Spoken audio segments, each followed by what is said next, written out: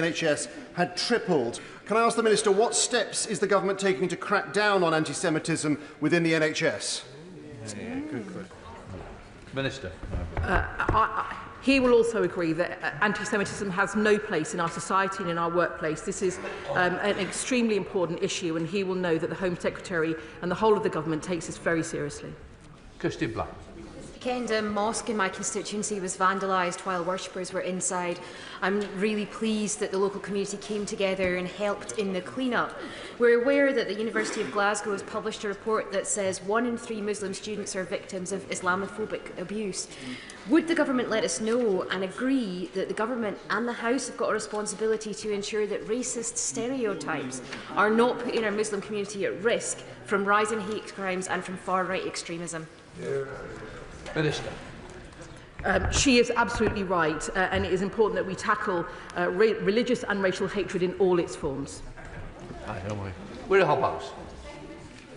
As well as overt discrimination, there are many hidden ethnic disparities, particularly in healthcare. Mortality rates in maternity services are 4 times higher for black women and twice as high for Asian women. What discussions is his department having, her department having, and with the Department of Health to address these huge inequalities in maternity care? Minister. I thank the Honourable Lady for her question. She is absolutely right. There are stark inequalities within maternal health and also in mental health and a range of other issues, including infant mortality. She is absolutely right that this must be tackled, and there is ongoing work that we're doing across government and with the Department for Health on these issues. So, Secretary of State Nimsdale. Yeah. Does the Minister think it is acceptable for anyone in this country to say, pray for victory of Hamas over Israel, or indeed celebrate the 7th of October attacks as David over Goliath situation? If not, Mr. Speaker, why did the Prime Minister invite Adam Kelwick, who has said such despicable things, to Number 10 just last week? Will she apologise, therefore, on behalf of the Prime Minister to the Jewish community, who need to know this government will actually stand against them when it comes to violence, hatred and division, and in fact all communities when it comes to race, religion, and all communities need to be supported? Minister. I thank the Shadow Minister for her question, and indeed she knows that Hamas is a prescribed organisation, and we will not tolerate at any point and in any way anti-Semitism. Durham Puffy. Question number 3, please, Mr. Speaker. Minister. Thank you, Mr. Speaker, and with your permission I shall group this question with questions 10 and 13. We will deliver a cross-government VOG strategy and are already taking significant steps to make sure VOG is treated as a national emergency that it is. This includes embedding the first domestic abuse specialists in 999 control rooms, starting in 5 police forces under Raneem's law, and extending the further rollout of domestic abuse protection orders in Cleveland and North Wales. Thank you, Mr. Speaker, and can I thank the Minister for her answer.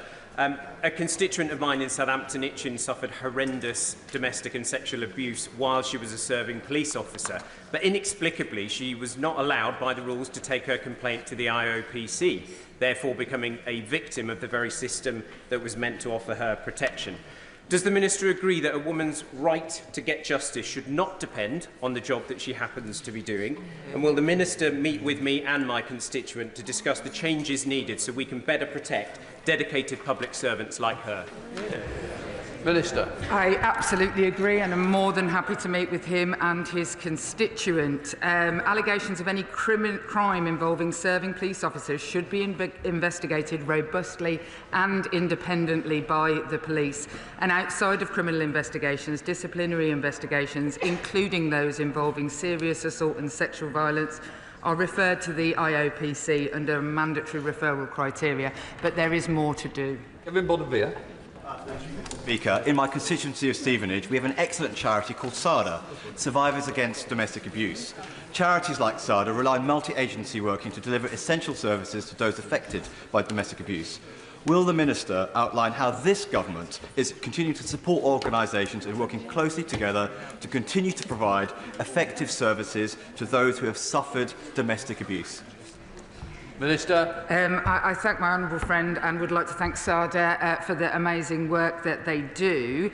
In December 2024, we prioritised confirming funding for those delivering frontline services, and we will be working in the next few weeks to agree decisions on our wider budget in support of the government's ambition to halve VOG in a decade, which includes delivering on our manifesto commitments. Sarah Edwards.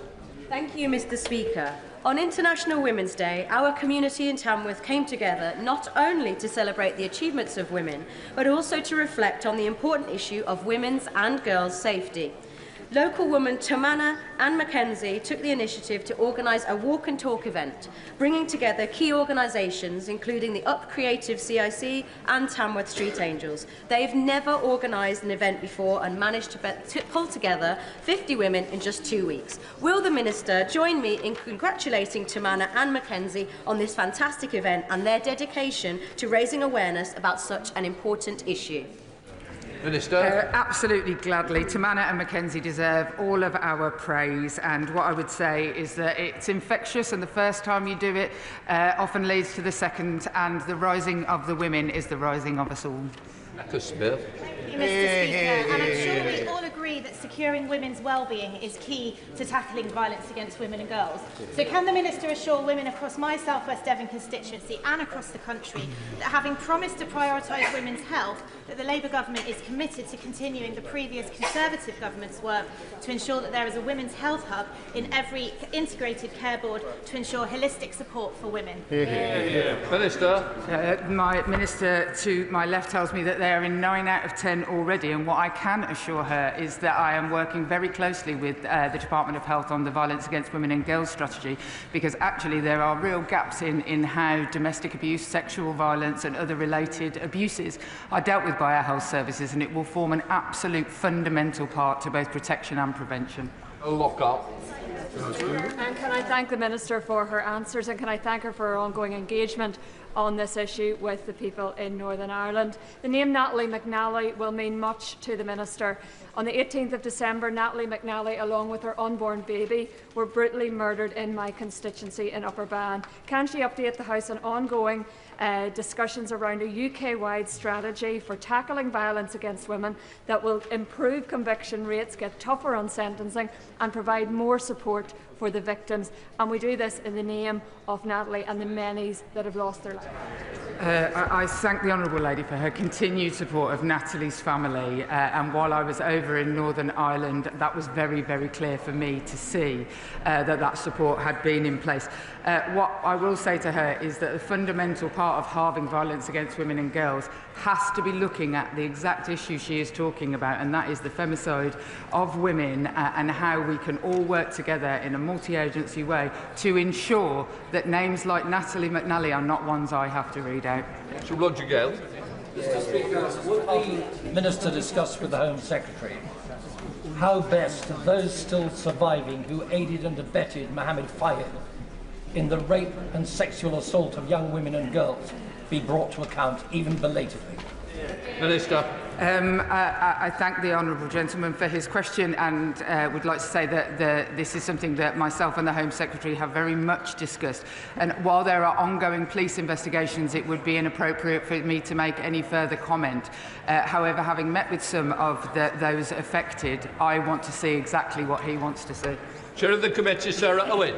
Mr. Speaker, the Minister and many colleagues in this place will be aware of the groundbreaking new Netflix programme called Adolescence. It's chilling, but is rightfully forcing a national conversation about the dangerous content seen by young men and boys with fatal consequences. Given the important role schools play in preventing violence against women and girls, will the Minister provide an update on what is being done with the Department of Education to counter misogyny and extreme violence to enable a safe future for young boys and girls? Minister. I thank my honourable friend, and she is absolutely right that including men and boys in the conversation about how we prevent future violence against women and girls is going to be absolutely fundamental. And a huge portion of the new Violence Against Women and Girls strategy is focused exactly on that, on prevention and what we can do in our schools, our workplaces and elsewhere to reach men and boys to change the future. Ellen Morgan. My constituency who are victims of domestic violence, and their partners continue to exert control over them through the family court process and the presumption that they will be able to access their children. Will the Minister meet with me or inform me what she's doing with the Department of Justice to help those women escape that control? I work hand in glove with my counterparts in the Ministry of Justice on the Violence Against Women and Girls strategy, and I have long-standing concerns, as she has, around the presumption of contact and the issue of the family court. It will form part of reforms and is currently being looked into. I will gladly meet with her. Secretary of State, Ms Davis. In January, the Labour government committed they would be assisting 5 local inquiries, including one in Oldham, into grooming gangs and rape gangs. Mr Speaker, now 2 months on...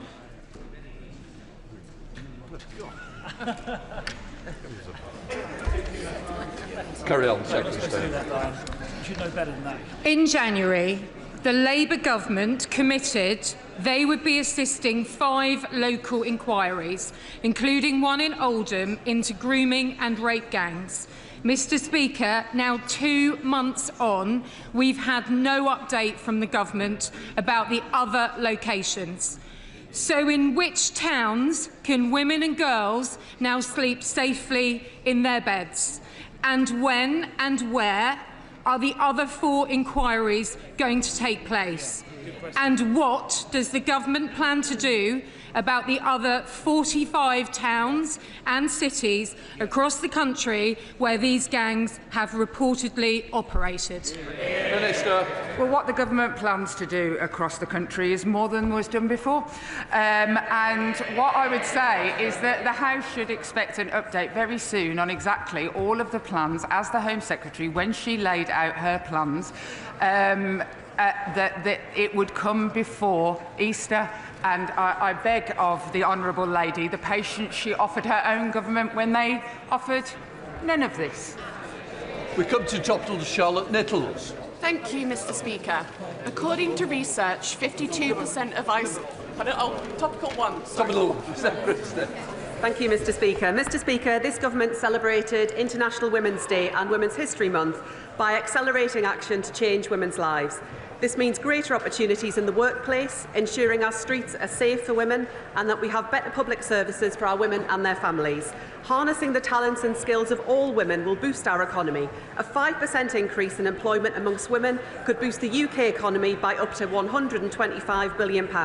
Women's equality is at the heart of our plan for change and will drive economic growth for everyone. Charlotte Nettles. Thank you, Mr Speaker. According to research, 52% of ICBs in England, including Cheshire and Merseyside ICB, still require same-sex couples to self-fund at least 6 to 12 cycles of costly intrauterine insemination before they're eligible to access IVF treatment on the NHS. So could the Secretary of State please tell us what she is doing to end the postcode lottery for lesbian and bi couples looking to start a family? Minister. My honourable friend is right to draw the House's attention to the postcode lottery and the patchy access to IVF across our country. We want to make sure that everyone has fair access to high-quality care. DHSC have started to make progress towards their ambition to improve access to IVF services, and we also await the National Institute for Health and Care Excellence concluding its review on clinical guidance for the provision of such services. Shadow Minister Sakib Bhatt. Thank you. Thank you, Mr Speaker. Parents up and down the country are anxious about the use of puberty blockers on under 18, so I was disappointed to read that the Health Secretary has failed to intervene in an NHS puberty blocker trial, despite grave concerns about children's safety. I know the landmark CAS review said more evidence was needed, but I asked the Secretary of State, will she show moral courage and common sense leadership to ensure that these dangerous and irreversible drugs are never tested on our children? Mr Speaker, the Government's position on this has been clear. We have accepted all of the recommendations brought forward by Dr Hilary Cass. I have met with Dr Hilary Cass to discuss this, but I think, I'm afraid to say, the Shadow Minister perhaps misunderstands the recommendations that Dr Cass brought forward, given the question that he's asking today. Peter Lamb. Mr Speaker, could I ask the Minister what consideration has been given to the introduction of domestic abuse safe leave for employees experiencing domestic abuse? Minister. We strongly encourage employers to support their employees who experience domestic abuse. Many already do this through their membership of the Employers' Initiative on Domestic Abuse, which empowers employers to take action. The VOG strategy, along with myself, will be working with the DBT to look at issues specific to victims in the workplace. Bob Blackman. Will the Minister update the House on what changes, if any, she intends to make to the Equality Act 2010, and in particular, if she is going to make caste a protected characteristic, will she ensure that people of all religions that emanate from the Indian subcontinent are consulted, because this will severely impact every single family in this country?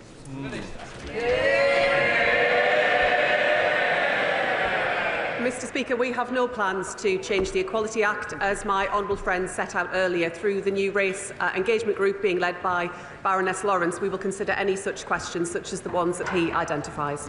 Melody Old. Thank you very much, Mr Speaker. After an appalling rape incident on the Fuller Street Bridge in my constituency, I was shocked to find that last year only 2.7% of recorded rapes in the UK resulted in a charge. What is the Minister doing to improve this charge rate and get justice for more survivors of this appalling crime?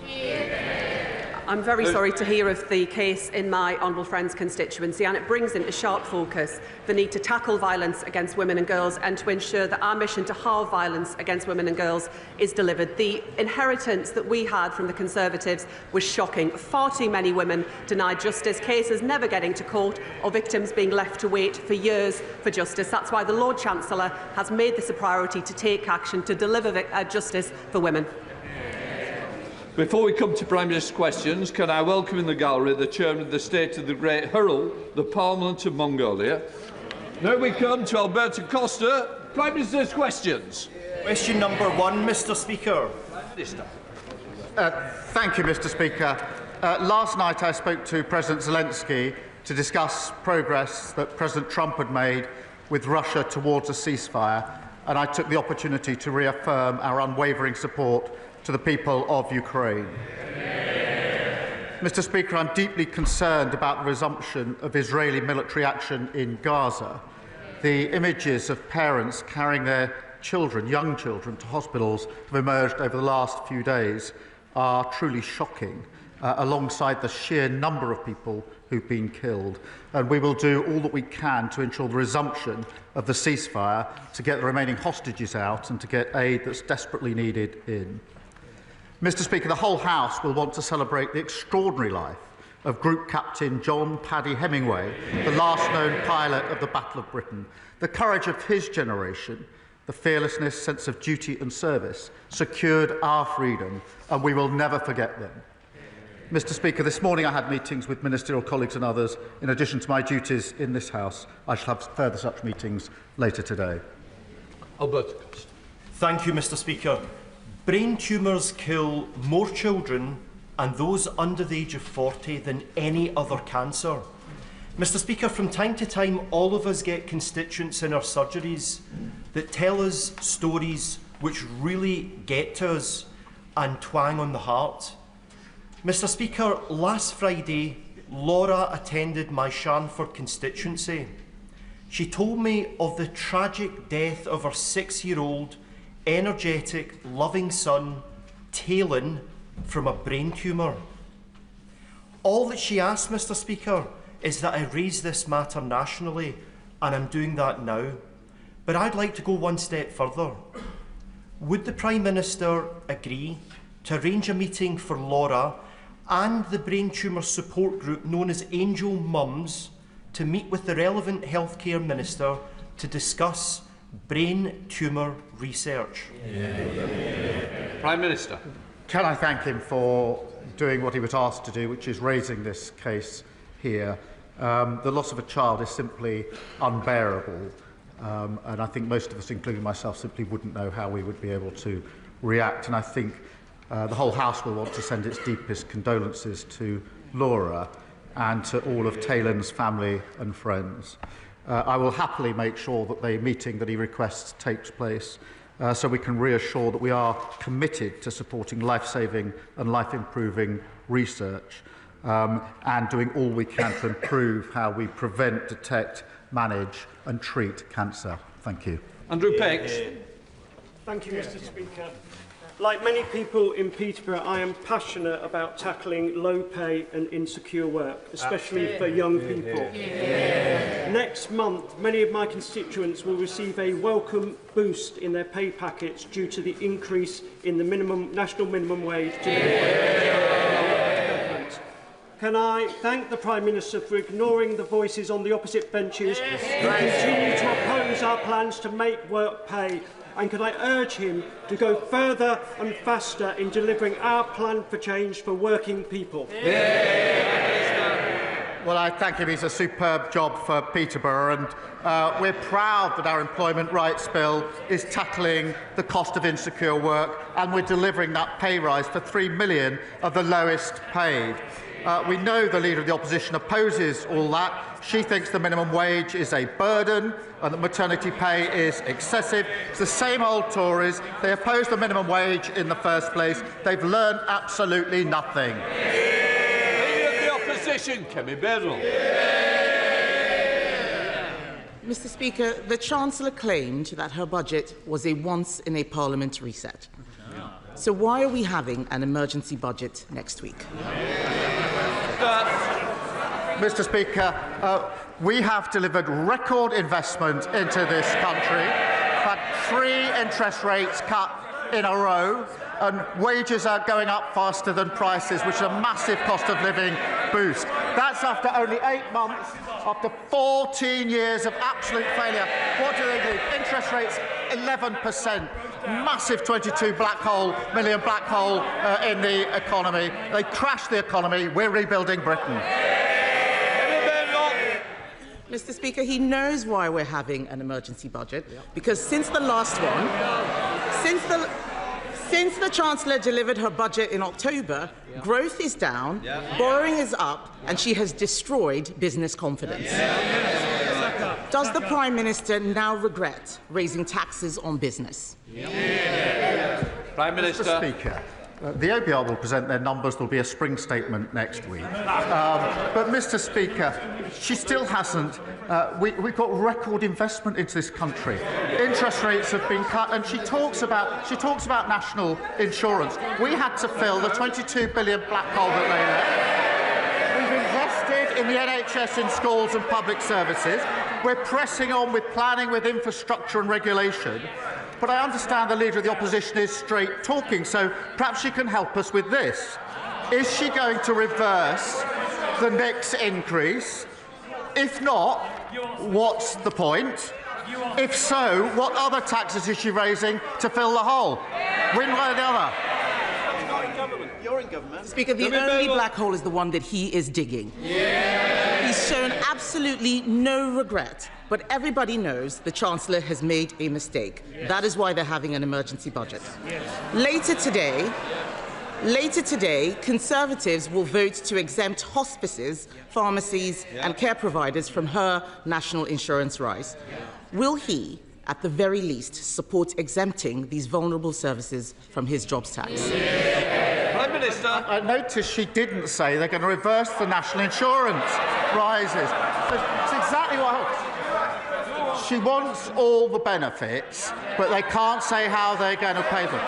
She carps from the sideline, but can't make her mind up whether she supports or doesn't support national insurance rises. We've made provision for hospices, we've made provisions for charities, but we had to secure the economy. We had to fill the £22 billion black hole that they disgracefully left. Mr. Speaker, he hasn't made these provisions. He keeps talking about budget benefits. Unemployment is not a benefit. Businesses closing are not benefits. I asked him whether he would exempt hospices, even children's hospices, from the jobs tax. He did not answer that question. His MPs know that this could affect end-of-life care. So I will ask the same question again. Will he exempt hospices from paying his jobs tax? Mr. Speaker, we've already invested £100 million for adult and children's hospices, an additional £26 million in funding through the Children's Hospices grant, but we can't get away with what we were doing in that budget, the root cause, which was fixing the economy they left so badly damaged, a £22 billion black hole. Perhaps you start the next question with an apology. Mr. Speaker, I remember when he made... They want me to answer questions, then we can swap sides.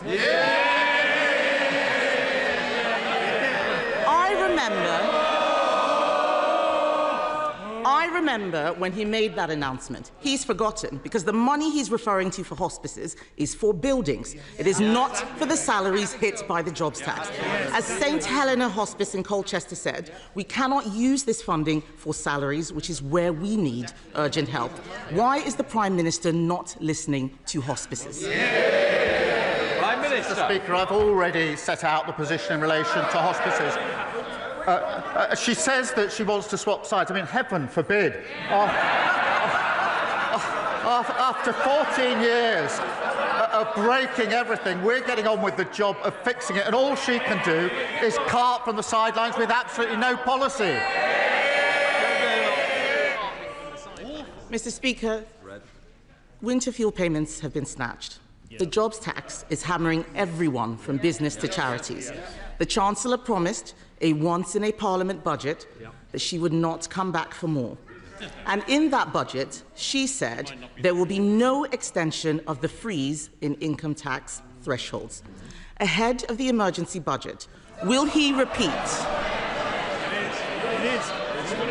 Mr. Speaker, ahead of the emergency budget, will he repeat the commitment that she made? Prime Minister. Mr. Speaker, she's got such prescriptive questions, she can't actually adapt them to the answers that I'm giving. I mean, Mr. Speaker, I think she now calls herself a Conservative realist. Well, I'm realistic about the Conservatives. The reality is they left open borders and she was the cheerleader. They crashed the economy, mortgages went through the roof. The NHS was left on its knees and they hollowed out the armed forces. This government has already delivered 2 million extra NHS appointments, 750 breakfast clubs, record returns of people who shouldn't be here, and a fully funded increase in our defence spending. That is the difference that a Labour government makes. Thank you, Mr. Speaker. A lady came to see me recently who needed help. She had a disability. It meant that her children have to help her cut up her food. They have to help her wash beneath the waist. They have to supervise her as she goes to the toilet. Under the Tory welfare system, we were able to get that lady on PIP. Under the Prime Minister's new proposed system, she will get zero. Nothing. And after 14 years of the Tory government, and many of us wanting to see the back of them, can the Prime Minister answer one question? What was the point if Labour are going to do this? Prime Minister. Mr. Speaker, I've lived with the impact of disability in our family through my mother and brother all my life. I do understand the human impact of this, but the current system is morally and economically indefensible, and we're right to reform it, and nobody should be defending the broken status quo. We are proceeding on three principles: that if you can work, you should work. If you need help into work, the state should help you, not hinder you. And if you can never work, you must be supported and protected. They are the right principles, but we can't leave the current system as it is. Leader of the Liberal Democrats, Sir Ed Davey. Can I associate myself with the Prime Minister's remarks on Ukraine and Gaza? And can I also pay tribute to Group Captain John Paddy Hemingway and all our heroes from the Battle of Britain? I know that members across this House will, like me, have heard from GPs, dentists, community pharmacists and care homes who are all deeply worried about the impact of the national insurance rise on the services they provide to patients. That's why the House of Lords passed a Liberal Democrat amendment to exempt NHS and care providers. That amendment comes before this House this afternoon, but we're hearing worrying reports that the Prime Minister will order Labour MPs to vote against it. Will the Prime Minister reassure this House and patients across the country that these reports are not true? Prime Minister. Can I start by pointing out that because of the changes we made at that budget, we were able to put record amounts of money into our National Health Service, and vitally important that we did so. And it isn't right to simply oppose the measures we had to take to raise the money and at the same time say, as the honourable gentleman does, that he wants the benefits of the increase in funding to the NHS. The two can't sit together. We have already invested an additional £3.7 billion of funding into social care, including £880 million to increase the social care grant. So we are taking steps. But the basic point remains, which is we can't make the investment into the NHS if we don't raise the money. And you can't simply oppose any raising of money and at the same time welcome the money into the NHS. Senator Davey. By that reply, and I hope he and the Chancellor will think about taking money from the NHS ahead of the spring statement and reverse it. Now, Mr. Speaker, I'd like to turn to the issue of illegal hair coursing. Criminal gangs are terrorising rural communities across our country, from Cambridgeshire to Devon, from Oxfordshire to Wiltshire. Men in balaclavas are threatening and abusing farmers as these criminals tear across their fields in 4x4s. Farmers are warning that it's only a matter of time before someone is killed. So does the Prime Minister agree with me that we must act urgently against this appalling criminality? And will he back our calls for a comprehensive rural crime strategy so we can not just stamp out hair coursing, but keep our rural communities safe from all crime? Prime Minister. Well, I'm grateful to him for raising this important issue, and it is a matter of deep concern. We've already developing a rural crime strategy, but we'll happily work with him and others to develop it further. Lawrence Turner. Northfield are deeply concerned about the scourge of knife crime, and I pay tribute to the professionalism of West Midlands Police for their response to these horrendous attacks. But there are still 1,200 fewer police officers and PCSOs in the force than in 2010. A new bid has been submitted to the Home Office for 150 more officers. Will he look at this issue so that the police can do more to keep our streets secure and safe? Prime Minister. Well, can I join him in commending the West Midlands Police for keeping his community safe? We are doubling our investment to £200 million towards the recruitment of 13,000 neighbourhood police, giving every community a named officer to help tackle violent crime. And we're currently working through bids with forces to ensure that we do so, and I'll make sure he gets a meeting with the relevant policing minister to discuss. Mr. Speaker, we have a deeply unfair, unequal economic system where vast numbers of people are struggling, yet billionaires are getting richer and richer. Does the Prime Minister really think that the way to tackle this is to put the onus onto older people, children and now sick and disabled people, rather than on the shoulders of the super rich with a wealth tax, those people who could most easily afford to pay? And if the Prime Minister uses the phrase difficult choices in his answer, please will he specify difficult choices for whom? Well, Prime Minister. Mr. Speaker, we do have a proportional tax system, and we have raised tax on the wealthiest under this government. But her advice would count for a bit more if their manifesto hadn't been a recipe for £80 billion of extra borrowing. That is to do exactly what Liz Truss did to the economy, and that doesn't help any of the people that she's claiming to support.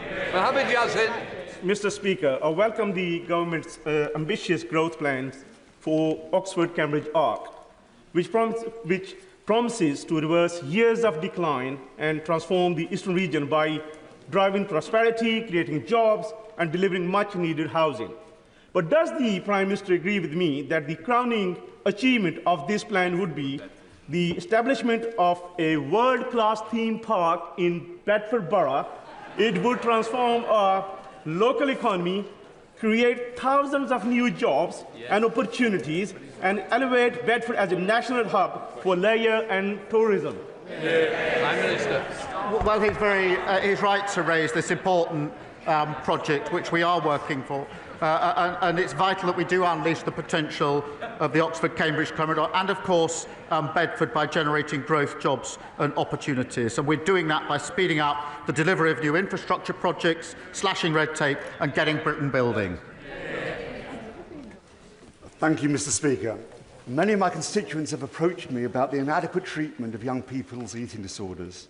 This year, despite a 30% increase in referrals, the majority of ICBs have cut real-term funding. Currently, as I've seen in my own family and my weekly surgeries, those who reach out for treatment are told, in effect, come back when you're thinner, increasing both the human and financial costs of treatment. Does the Prime Minister agree timely intervention is critical, and will he meet with me to discuss how we fund it? Prime Minister.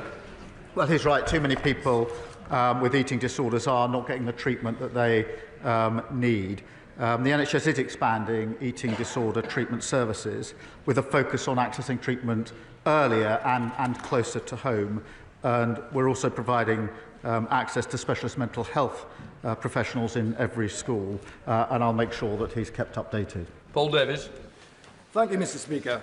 Labour's flagship crime and policing bill is designed to tackle the rise in antisocial behaviour, theft and shoplifting that has occurred under the Tories. It grants police the power to confiscate disruptive off-road vehicles. This measure will tackle the scourge of off-road bikes in my constituency. Does the Prime Minister agree that we are the party of law and order and that we are fulfilling our commitments? Mr. Speaker, it's totally unacceptable for anyone to feel intimidated or unsafe due to the actions of reckless and selfish individuals. Whatever the vehicle, our bill gives police forces stronger powers to seize them immediately and put a stop to antisocial behaviour. That's our plan for change in action, making our streets and communities safer. Thank you, Mr. Speaker. After 14 years to get ready, they came into power with no plan to reform welfare. But now, in a panic because of their economic mismanagement, they're cutting benefits for disabled people without consulting them at all. It probably says in his folder that the High Court ruled the Conservatives' consultation was too short, but at least we consulted. They're not consulting at all. So will the Prime Minister explain why he is doing things to disabled people and not with them? No, what it says in my favour is they had 14 years, including five with a majority of... They didn't need to consult, get on with it. They had a majority of 80 for the last 5 years. They're now carping on with some of their ideas. 14 years, and they didn't implement a single one. They simply broke the system. They're in no place to lecture other people. Thank you, Mr. Speaker. According to the charity Shelter, there are more homeless children in my city of Edinburgh than there are in the whole of Wales. That's an appalling legacy of 18 years of SNP government. Does the Prime Minister agree with me there should be no homeless children? And will he work with me, the Scottish Parliament and anyone who'll listen to end child homelessness in Scotland? Well, the situation he describes an appalling indictment of the SNP record. The party opposite left record homelessness in England. The SNP record is equally shameful, a record number of children in temporary accommodation. Mr. Speaker, we're investing £1 billion to tackle homelessness, we're abolishing no-fault evictions and building 1.5 million new homes. Meanwhile, the SNP have cut their affordable housing budget. They've had the largest settlement since devolution. They've got the power, the money. Now it's time they started delivering. Thank you, Mr. Speaker. This morning, I received an email from Santander informing me that both the Bognor Regis and the Rustington branches in my constituency are set to close, with 4 other bank branches shutting across the constituency in 2023 alone. The most vulnerable members of our society are being gradually cut off from essential banking services. Small cash-based businesses will also struggle to deposit their takings, faced with the added burden of travelling to Chichester or Worthing, making it even harder for them to operate. So what decisive action is the Prime Minister taking to guarantee that people and businesses in my constituency and across the country are not left without access to cash and vital banking services? Mr. Speaker, we are rolling out 350 banking hubs across all communities, and I'll happily arrange for her to have a meeting with the Minister to discuss how that might affect her constituency.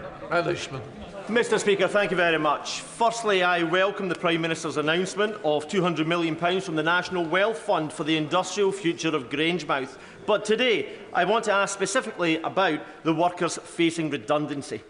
Given the assurances from the Prime Minister on the 18th of February and repeated by Anas Sarwar, the Scottish Labour leader, as recently as the 4th of March, can the Prime Minister confirm that the guarantee given on 18 months pay protection for all of those workers losing their jobs due to the Grangemouth refinery closure will be honoured, including those shared services workers, and say how the payment can be claimed by all those affected? Prime Minister. Well, Mr. Speaker, Petroenius have said that every employee made redundant will get 18 months full pay. The Project Willow report that's come out today says how we can support a sustainable industrial future for Grangemouth, which is incredibly important, delivering jobs and economic growth. As he references, I've announced £200 million through the National Wealth Fund to secure the site's long-term future. And of course, that's backed by the £100 million Falkirk and Grangemouth growth deal, which is training and the training guarantee to support workers into good jobs. They're all the actions that we were taking on this very, very important issue. Nick Timothy. Thank you, Mr. Speaker. Today, the House of Lords considers the Infected Blood Compensation Scheme regulations, which diverge from the proposals of the inquiry report and the government response.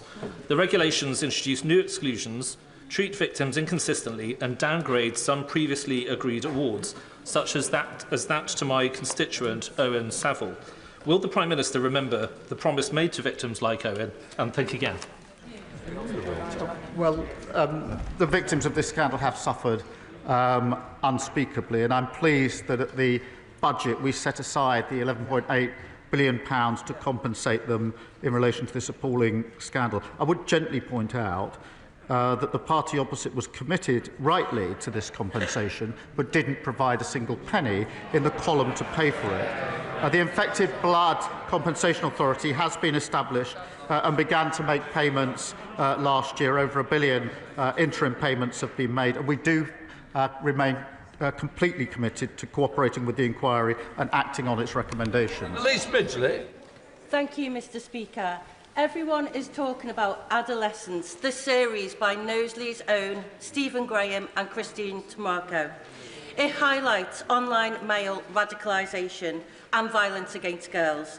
The creators of the show are calling for screenings in Parliament and schools to spark change. So will the Prime Minister back this campaign to counter toxic misogyny early and give young men the role models they deserve? Prime Minister. Yes, and at home we are watching Adolescence with our children. I've got a 16-year-old boy and a 14-year-old girl, and it's a very, very good documentary to watch, or drama. This violence carried out by young men, influenced by what they see online, is a real problem. It's abhorrent, and we have to tackle it.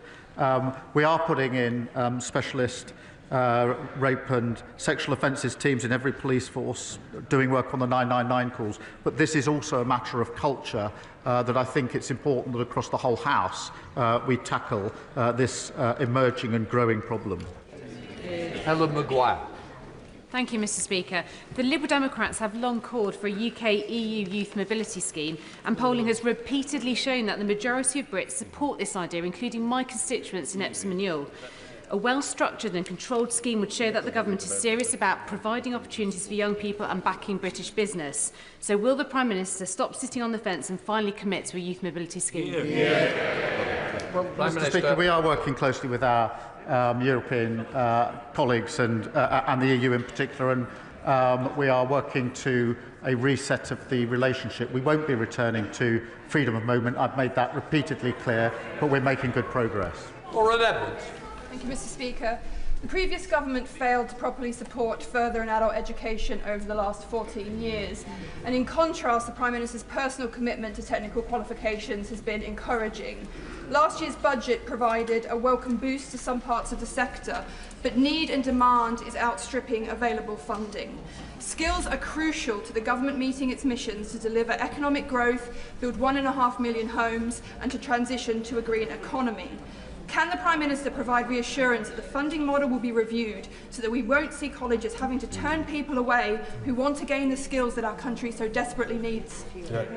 Prime Minister. Well, she's right. Further education plays a critical role in giving young people the skills and confidence that they need, and of course the training we need for the future. We are investing £400 million on education for 16 to 19-year-olds this year, and our levy-funded growth and skills offer will create jobs in key industries, and I can assure her that the funding will deliver enough places for young people. John Cooper. Mr Speaker, thank you.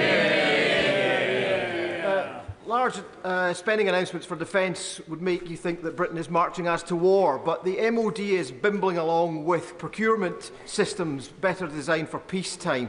Will the Prime Minister use his good offices to bring British industry into this fight, and quickly? Prime Minister. Yes, but they did leave a bit of a mess that we are clearing up, having hollowed out our armed forces and having not made the necessary investment that we needed in our defence. We've announced the largest sustained increase since the Cold War of 2.5% by 2027 and 3% in the next Parliament, subject to economic circumstances. So yes, we are getting on with the job and clearing up the mess that they left. Thank you, Mr Speaker. My constituency, Stratford and Bow, has the greatest number of high-rise buildings with dangerous cladding in the country.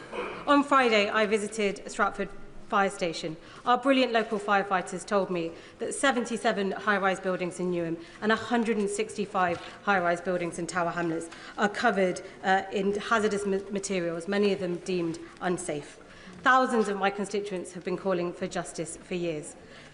Can the Prime Minister tell me what the government is doing to ensure that private developers are held to account for the dangerous cladding on the high-rises that they have built? Prime Minister. Well, she's right. Remediation has been far too slow, and everybody deserves a safe and secure home. We've signed a contract with 54 major developers who will pay for or fix over 1,700 buildings, and we're accelerating that progress. We will take tough action against those who evade their responsibilities. We will recover taxpayers' funds and make sure those responsible pay up and fix unsafe buildings quickly. Lee Anderson. Thank you, Mr Speaker. I come to this chamber, Mr Speaker, every week to ask sensible questions, and I expect sensible answers. But all I get is glazed expressions and waffle from the opposite benches. So I'm going to Mr Speaker, I want to ask the Prime Minister a very simple question on behalf of all the net zero sceptics. If we became net zero tomorrow, by how much would it reduce the Earth's temperature by? Simple question. Minister. Mr Speaker, net zero is of course not easy, but it's a huge opportunity to boost our growth, our jobs and our economy. And so he knows my views on that. But you know, he complains that I've better ideas if they stop fawning over Putin. And I understand the member for Clacton wants to be Prime Minister. He can't even lead a party that fits in the back of a taxi. Anna Dixon. Thank you, Mr Speaker. 1 in 5 disabled people in social housing and 1 in 3 disabled private renters live in inaccessible housing. One of my constituents with severe fibromyalgia and PTSD lives on a first-floor flat with no lift access. As we build the 1.5 million new homes that this country needs, will the Prime Minister ensure that they are built to be accessible and adaptable so disabled and older people can live independently for generations to come? Prime Minister. She's right. Everybody needs to be able to access a home that is suitable for them and meets their needs. The planning rules, Mr. Speaker, already mean councils must consider the needs of disabled people when planning new homes. We will go further, setting out our policies on accessible new homes very shortly, and we're boosting the Disabled Facilities Grant by £172 million, helping more people make vital improvements and live independent lives. Lee Dillon. Thank you, Mr. Speaker. Despite Ukraine being the victim in Russia's illegal aggression, President Zelensky has shown leadership to his people by committing to the US plans for a ceasefire. However, it's clear that Putin is playing for time and still carrying out daily attacks on Ukrainian people. So, Prime Minister, is now not the time to take those frozen Russian assets, to seize them, to give them to the Ukrainian people, to strengthen their hand at the negotiating table and to punish Russian aggression? Minister. Well, on both points, I spoke to President Zelensky last night following the discussions yesterday to discuss the way forward. On the wider question of the assets, look, it's complicated, but we're working with others to see what is possible, but it isn't straightforward. Ewan Steinbank. Mr. Speaker, the release of Project Willow today is a step forward in securing good jobs and an industrial future for Grangemouth. However, the Government needs to work at pace to ensure the recommendations in Willow are acted upon. Can the Prime Minister outline what steps he will be taking to ensure barriers to a rapid transition at Grangemouth are removed and investment is progressed as quickly as possible? Well, I'm very grateful for him for raising Grangemouth again the second time in this session, and that's because it's centrally important. He'll have heard what I had to say about the projects that we're looking at to ensure the long-term future of Grangemouth, the interim measures that are being taken, and of course the £200 million of the Wealth Fund that I announced just a few weeks ago. Sir John Hayes. Thank you, Mr. Speaker. Prime Minister and I disagree about much. The family farm tax, the NI jobs tax, and the cut in winter fuel payments, but we surely agree that the common good is built on public order. Crossbows in the hands of killers cost lives. They cost the lives of 3 innocent women last year. Now, the previous government launched a consultation over a year ago on the regulation of crossbows, their sale and use, and we've heard nothing since. They are as powerful as guns, as silent as knives. Will the Prime Minister agree for one of his ministers to come to the House before Easter to give us a clear instruction about what the government intends to do before any more lives are lost? Minister. Well, I thank him for raising this, and he's right to do so.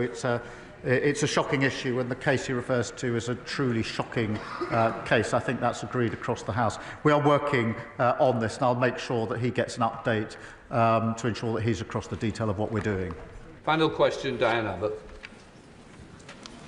Most members of this House will be aware that the welfare system can be a nightmare to navigate and does indeed need reform. But could we have less of this rhetoric about his £5 billion package of disability benefit so-called reform being moral? There is nothing moral about cutting benefits for what may be up to 1 million people. This is not about morality. This is about the Treasury's wish to balance the country's books on the back of the most vulnerable and poor people in this society. Mr. Speaker, she's a passionate advocate and has been for a long time on this issue, and I pay tribute to that. But as she rightly acknowledges, the current system is broken. And this is where I disagree with her. I think 1 in 8 young people not in employment, training or education. That's 1 million young people. I think that's a moral issue, Mr. Speaker, because all the evidence suggests that someone in that situation at that stage of their life is going to find it incredibly difficult ever to get out of that level of dependency. That cuts across the opportunity and aspiration. It's the root of my values and Labour values about how we take working people forward. So I do see it as a moral issue.